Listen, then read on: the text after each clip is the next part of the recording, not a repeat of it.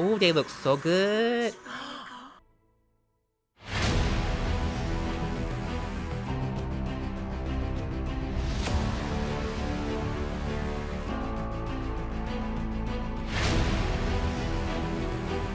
Okay, fellow WINX Club fans, we need to talk. Hi everyone, welcome to my channel. Today I'm going to be making my best attempt at addressing all of the backlash Fate the WINX Saga has gotten recently from the WINX fandom. And boy, let me tell you, a lot of you were pissed, oh my goodness. I'm going to be honest with you, when I first watched the trailer, I personally liked it.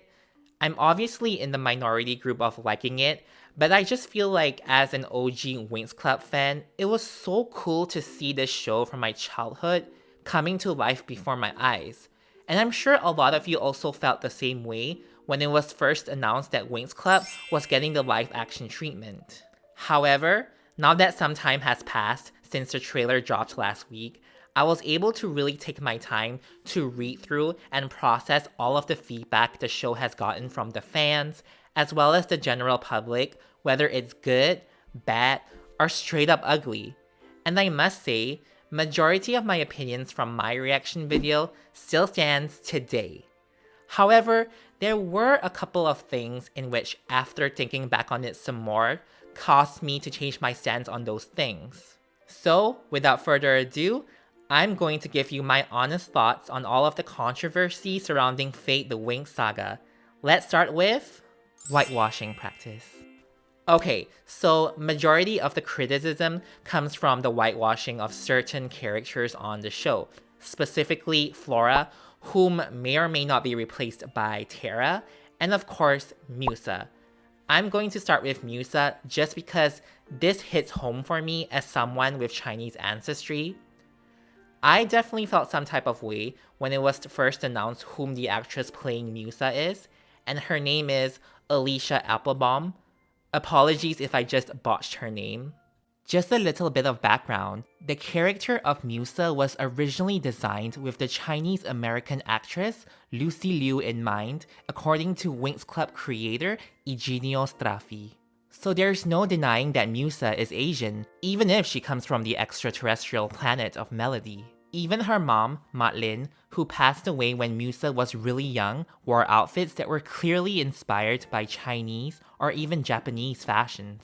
Based on the limited amount of info I could find on Alicia, I believe she's a mix of British, Austrian, Russian, and Singaporean descent. Obviously, we don't know the percentages, but I'm assuming that she's mostly Caucasian and only a small part of her is Asian, specifically Singaporean Chinese, I'm guessing. To be perfectly honest, she can pretty much pass as a white woman if I were to see her walking down the street.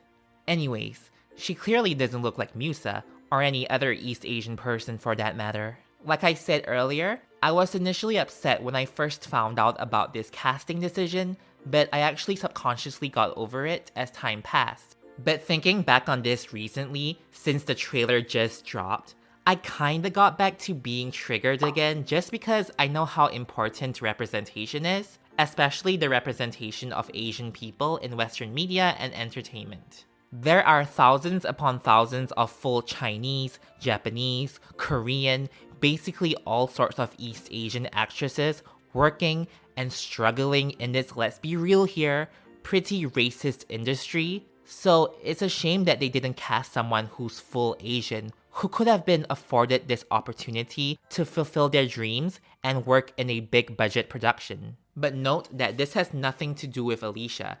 It has to do with the casting process and the directors involved.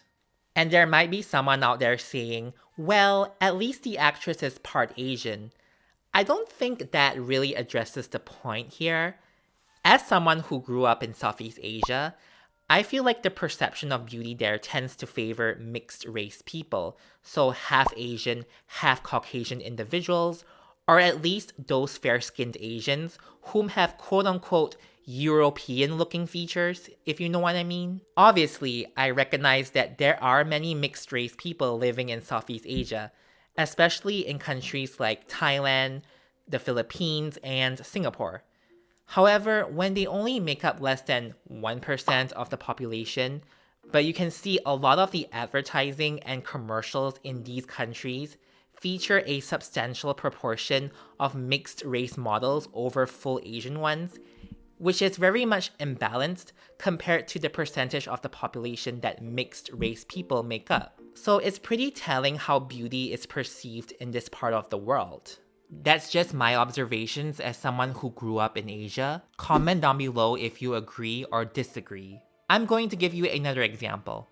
The reality show Asia's Next Top Model, which is the spin-off of America's Next Top Model. You want to see who the final 3 is on their most recent cycle, cycle 6? All 3 of them are mixed.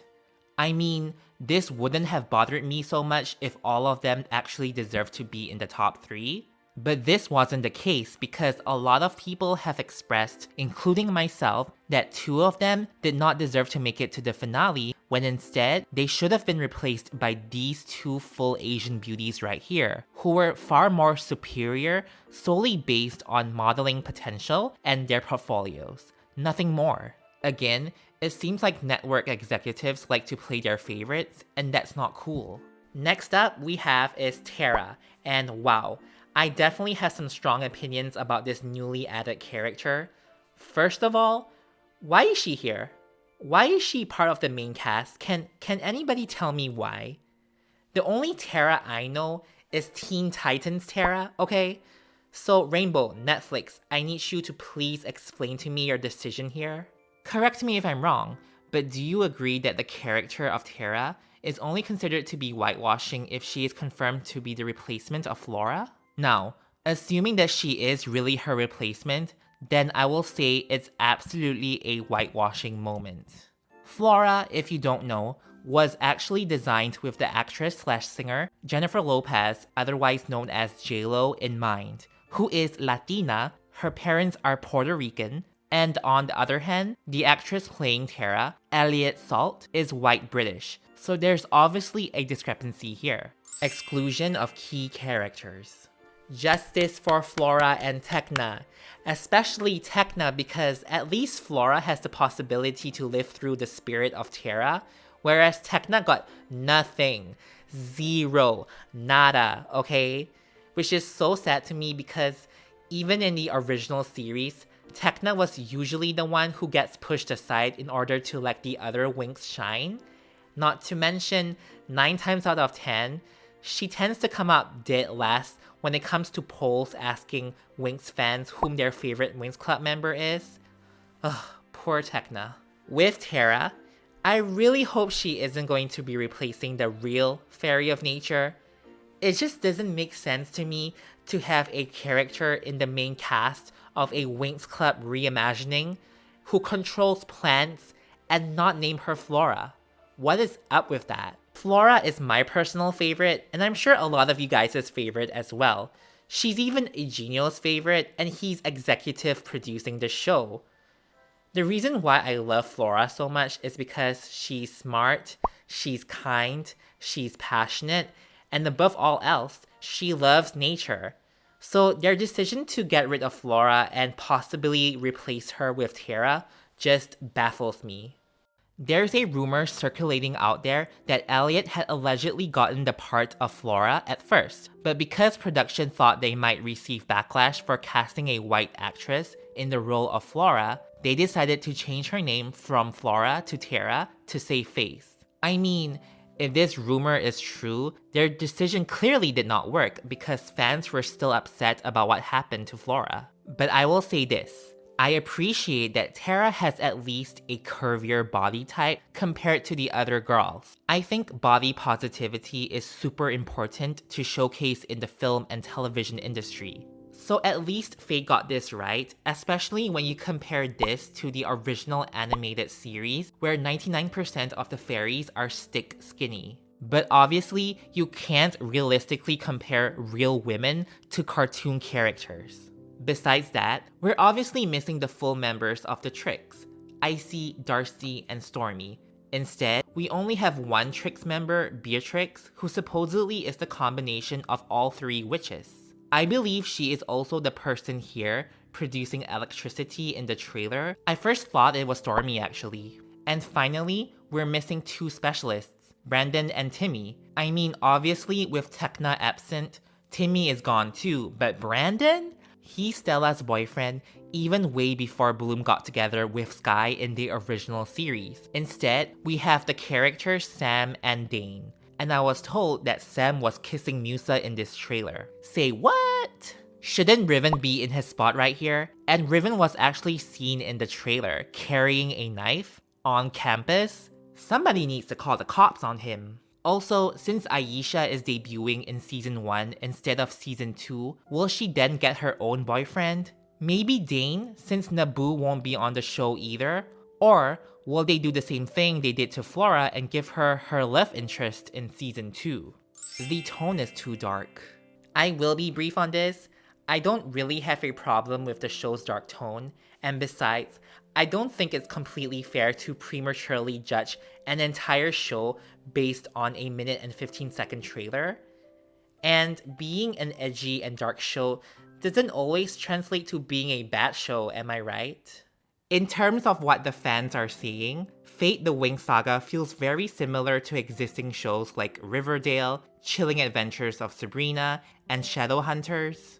They feel like the essence of WINX Club has dissipated. Everything is just too dark and serious now, which I agree based on the trailer alone. I personally would have preferred to have seen a couple of quirky and whimsical moments in the trailer, similar to the OG series, but like I said, I can't give my judgment yet until I've seen the whole season. The ugly fashions.